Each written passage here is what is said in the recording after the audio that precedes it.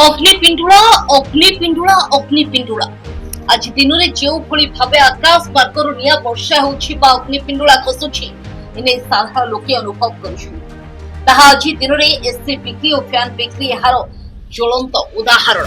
ଓଡ଼ିଶାରେ ଶିଳ୍ପ ସମୃଦ୍ଧ କେତୋଟି ଅଞ୍ଚଳ ମଧ୍ୟରୁ ଉଦାହରଣ ସ୍ୱରୂପ ଅନୁଗୁଳ ସହରକୁ ନେଇଛୁ ଏବଂ ଏହାପରେ ଓଡ଼ିଶାର ଅନ୍ୟ ଉତ୍ତପ୍ତ ସହର ଗୁଡ଼ିକର ଖବର ଆପଣମାନଙ୍କୁ ଅତି ଶୀଘ୍ର ଜଣାଇବୁ।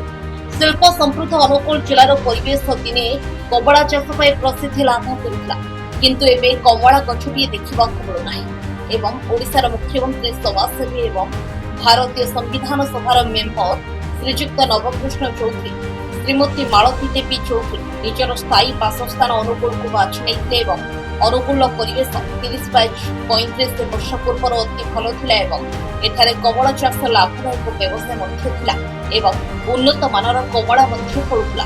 କମଳା ଚାଷ ଅତ୍ୟଧିକ ଗରମରେ ହେବନି କି ଅତ୍ୟଧିକ ଥଣ୍ଡାରେ ମଧ୍ୟ ହେବନି। ଏଠି ଶୀତ ଦିନେ ବରଫ ପଡୁନଥିଲା କି ଖରା ଦିନେ ଅତ୍ୟଧିକ ତାପମାତ୍ରା ବୃଦ୍ଧି ହେଉନଥିଲା। ଏଠି କହିବାର ଉଦ୍ଦେଶ୍ୟ ଆମର ଅନୁଗୁଳରେ କିଛି 1% ରୁ 2% ଲୋକଙ୍କ ଆର୍ଥିକ ଅଭିବୃଦ୍ଧି ହେଉଛି ଶିଳ୍ପାୟନ ପାଇଁ। ଠିକ୍ ଅଛି, ଆମେ ଶିଳ୍ପାୟନ ସପକ୍ଷରେ, କିନ୍ତୁ ଶିଳ୍ପାୟନ ପାଇଁ ପରିବେଶ ନଷ୍ଟ ହେବା ଏହାକୁ ଆମେ ଦୃଢ ବିରୋଧ କରୁଛୁ।